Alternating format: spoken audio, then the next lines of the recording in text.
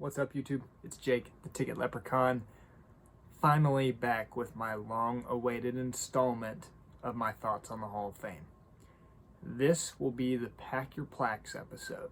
So guys that are already in the Hall of Fame that I believe shouldn't be in the Hall of Fame.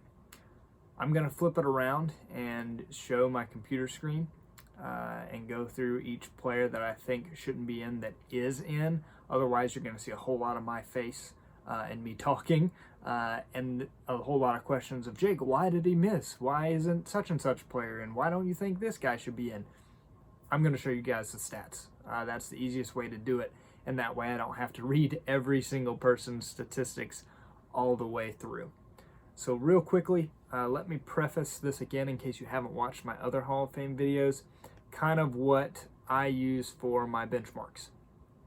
So each category that I have, there is a qualifying level. And if you hit one of those statistics at a qualifying level, you have to have two of that type, or you have to hit one category at an automatic qualifier level. So really quickly, I'm going to run through these again in case you guys haven't seen my other videos and you're watching this for the first time.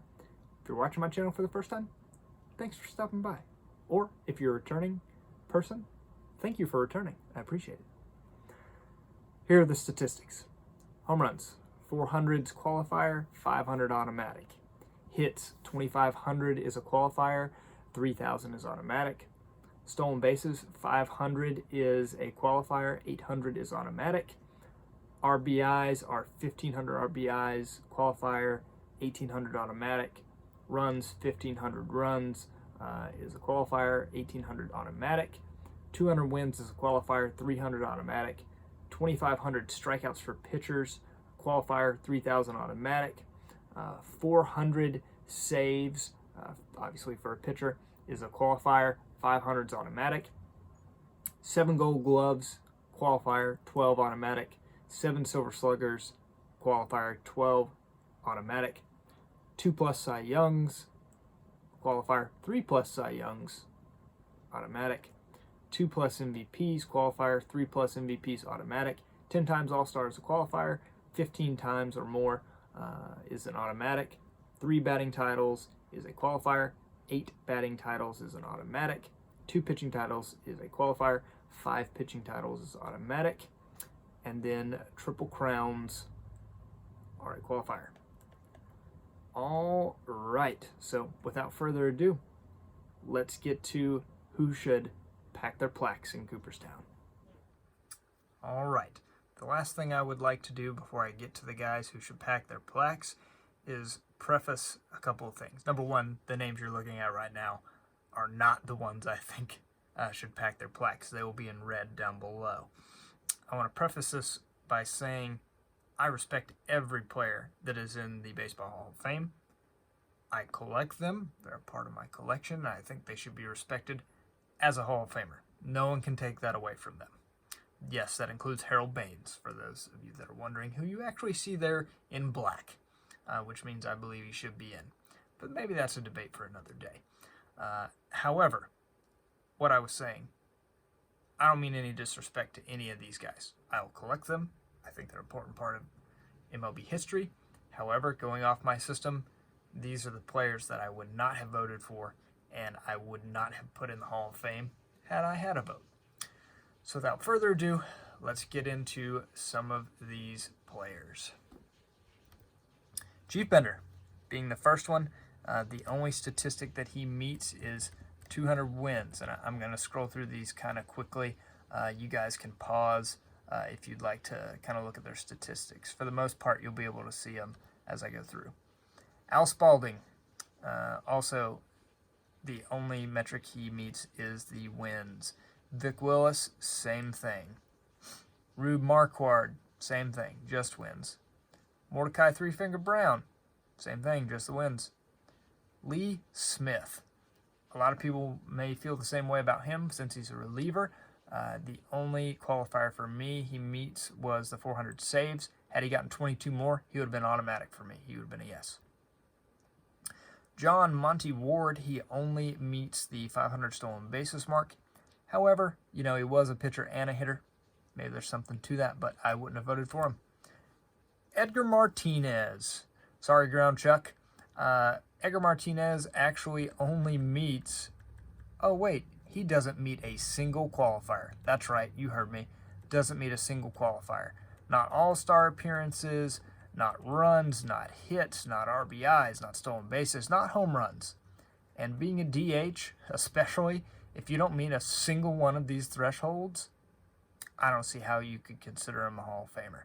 Just my 2 cents. I wouldn't have voted for Edgar Martinez. However, he's a Hall of Famer, and I respect that. Chuck Klein, who does not meet anything but Triple Crown. He won a Triple Crown, doesn't meet any other qualification. Roger Connor, only meeting the runs. He was a dead ball era hitter. Maybe that makes a difference.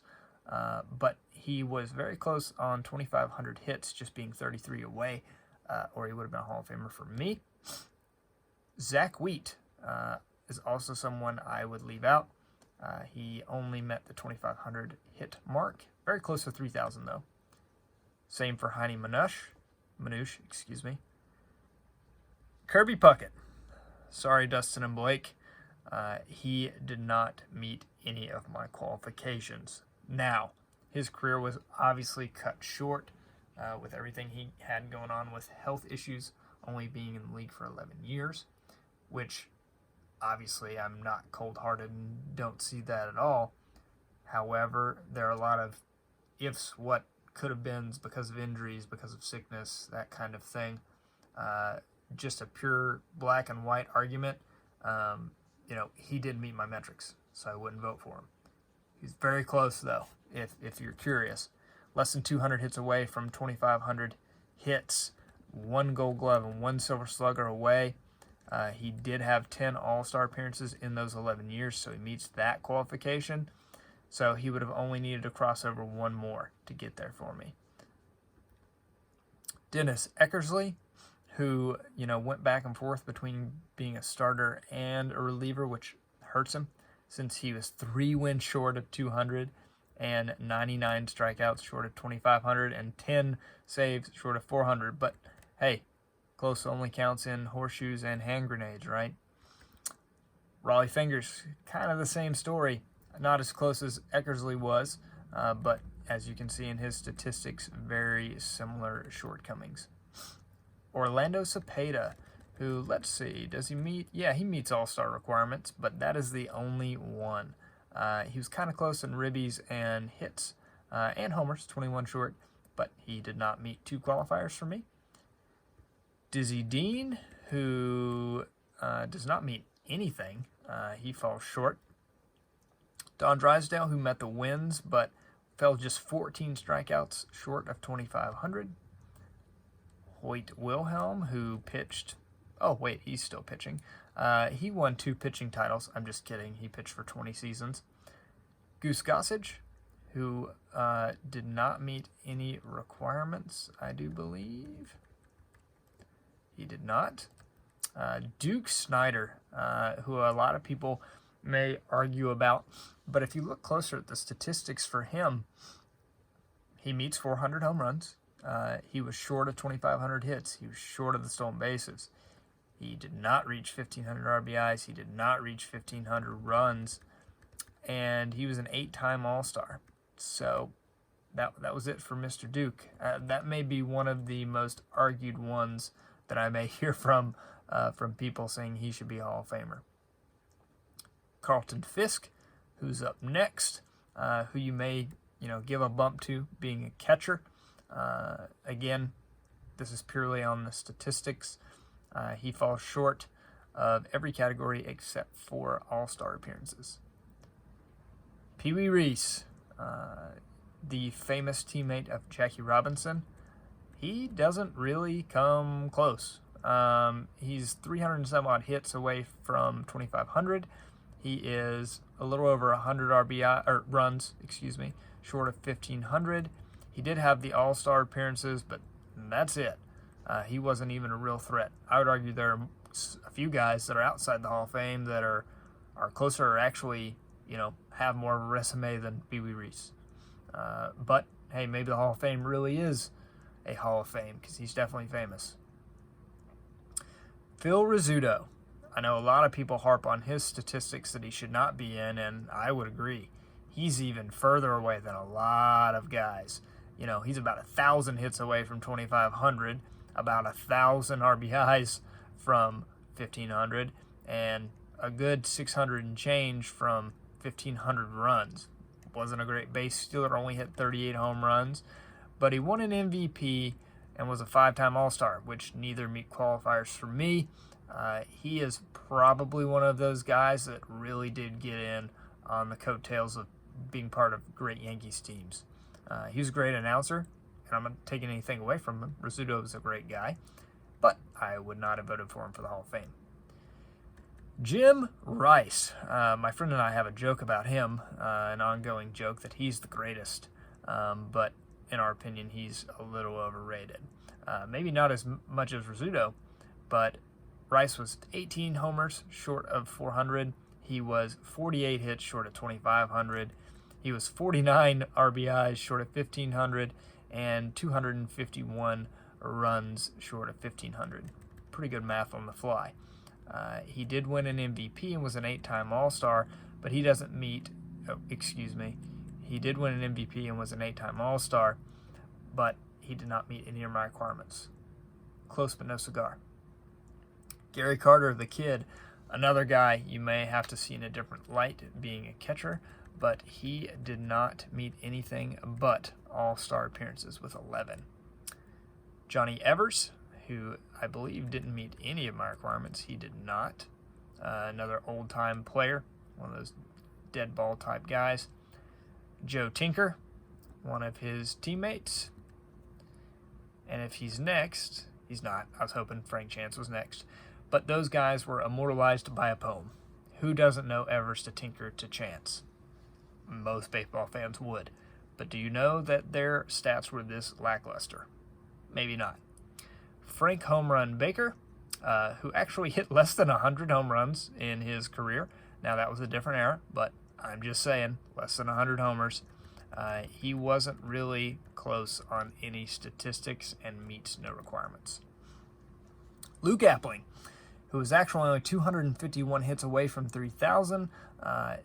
That is the only metric that he hit. Lloyd Wainer, famous brother of Paul Wainer. A lot of people think he got in because of his brother. He was 41 hits away from 2,500 to meet that requirement.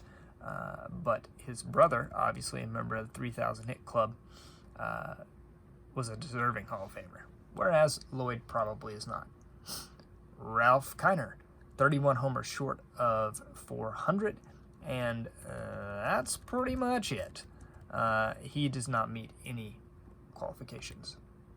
Hack Wilson, most famous for his single-season RBI record, does not beat anything. Slaughter, kind of the same story, except he does have the 10 All-Star appearances. Ron Santo, who was posthumously admitted into the Baseball Hall of Fame, he was close on RBIs, hits, home runs, and only one All-Star appearance short of 10, but he did not meet any qualifiers for me. Hank Greenberg, I am sorry, B. Roth. I'm so sorry. But he did lose time to military service. But again, not knocking service to our country. I appreciate veterans and what they did and what they've done. But in terms of just his baseball statistics, whether it was his fault or not that he missed that time, he did not meet any of my qualifiers except for being a 2-time MVP. No doubt that had he played, there's a very good chance he could have met some of those milestones, but that is a what if. Rabbit Marinville actually did have over 2,500 hits, but that was the only thing that he reached. Richie Ashburn, same story, just reached the hits mark. No other statistical threshold that I use. Red Ruffing reached 200-plus wins with 273, but that was it as a pitcher. Same for Burley Grimes, just reaching the wins mark. Same for Ted Lyons. Joe Gordon, I don't believe he reached any of the milestones. He did not. He did later serve as a manager as well, so that probably helped his case. Bruce Sutter, another reliever who people commonly question as his Hall worthiness. I do not have him in the Hall of Fame, so he reached no thresholds for me. Larry Doby, who honestly is probably in as a pioneer, first African-American player from the American League to play in Major League Baseball, but his statistics were not there in terms of just MLB. Tony Lazzeri, remember that guy we talked about named Phil Rizzuto? Same story, second verse. Didn't meet any thresholds, but was on a lot of those famous Yankees teams, except his were the, Murderers Row Yankees. Red Schoendienst, who was also later a manager, he did get 10 All-Star appearances in his career, but that was the only threshold that he met. Bobby Doerr, who was a great signer, great person, but he did not meet any of these milestones. Ernie Lombardi, again, I believe Lombardi is a catcher. Sorry if I'm misspoken there. Doing all of this off the top of my head. He did not meet any of my milestones. Archie Vaughn, he did not meet any of my milestones, just falling short of All-Star appearances with 9. Rick Farrell, who did not meet any of my requirements. George Kell, someone else that people talk about a lot that may or may not should be in the Hall. He did get 10 All-Star appearances, but didn't meet anything else. Travis Jackson, he did not meet any requirements, a dead ball player. Johnny Mize, I believe did not meet anything. Oh, he did meet All-Star appearances with 10. A lot of guys, just 10 All-Star appearances. That's crazy how often that happened. Joe Sewell, who did not meet any qualifications. Bob Lemon, who only met the wins threshold. Freddie Lindstrom, who I believe did not meet any. He did not. Earl Averill did not meet any qualifications. Billy Herman, who later was also a manager, that may have helped him, but he is inducted as a player. 10-time All-Star. So he met that, but nothing else. Sonny Jim Bottomley did not meet any qualifications. Sam Thompson, a very early days player, did not meet any qualifications. High Pockets Kelly did not meet anything. Lefty Gomez did not meet anything, except for he was a 2-time pitching Triple Crown winner. He did not reach 200 wins, which was his best shot, falling 11 short. Ross Youngs did not meet any qualifications. Dave Bancroft, who later served in an official capacity as the American League president of baseball. Chick Hafey, who also did not meet any qualifications. Harry Hooper did not meet any qualifications. Joe Kelly, Lou Boudreau, Earl Combs, those 3 gentlemen all met no qualifications. Jesse Haynes and Wade Hoyt only reached the 200 mark in pitching wins and nothing else. Kiki Kyler and Elmer Flick, along with Ed Roush, met no qualifiers. Joe Cronin, Gabby Harnett, and Ray Schalk, which 2 of them being catchers, met no qualifications. Bill Dickey only met the All-Star appearances, maybe because of being a Yankee in the early days of baseball in the 30s and 40s. Bill Terry, who did not meet any qualifications. Bobby Wallace, who did not reach any of these milestones, but did play in the late 1800s. Herb Pinnock, who only reached the 200 win plateau, but no other milestone. There's Frank Chance, along with his friend Pie Traynor, who did not meet any qualifications. Jack Chesbrough, an 1800s pitcher, and Tommy McCarthy, hitter, and Joe McGinnity, another 1800s pitcher. Between the 3 of them, they met 1 qualifier with that 200 win threshold with Joe McGinnity. Roger Bresnahan and Jimmy Collins, 2 early baseball players who did not meet any qualifiers. Huey Jennings, who probably saw a bump as also being a manager, didn't meet any qualifications though. King Kelly, and a lot of these guys, you could be sitting at home saying, well, Jake, you know, these guys played in the early 1800s. Of course they didn't hit any of the thresholds. Well, that's true. But I did not set these differently based on era. You know, I set the numbers before I ever got into this. Buck Ewing, same story. Eckersley only got to the 200 wins mark. Deacon White. Jack Morris, there's a modern Hall of Famer for you guys. He was actually 22 strikeouts short of being considered a Hall of Famer in my eyes, as he did win 254 games. Alan Trammell, another modern guy, but he doesn't meet any qualifiers for me. The only thing he was really close on was the hits. Clark Griffith, who probably really is in more as a executive in the Baseball Hall of Fame. Mickey Cochran, an early days catcher who doesn't meet any. George Sisler, yes, that George Sisler, he only meets the 2,500 hit mark. Ted Simmons, recent catcher inductee, does not reach any milestone that I use as a qualifier. Addie Joss doesn't meet any, and neither does Ed Walsh, the all-time ERA leader, other than his 2 pitching titles. Same for Joss. So, if you're still with me this long, I'm going to turn the camera back around and wrap it up. So as you can see, guys, extremely long video. First of all, if you stuck with me through all of that, you are a trooper. I appreciate it. You're probably as big of a statistics baseball nerd as I am. As you can tell, there's a lot of players that I believe need to pack their plaques from Cooperstown.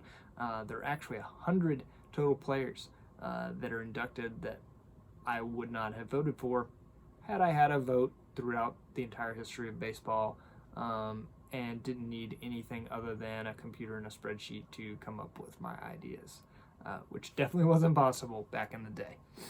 But please comment down below. I would love to hear some of your guys' thoughts on who I got wrong, who I got right, and what your thoughts are on the Hall of Fame. Until next time, guys, God bless.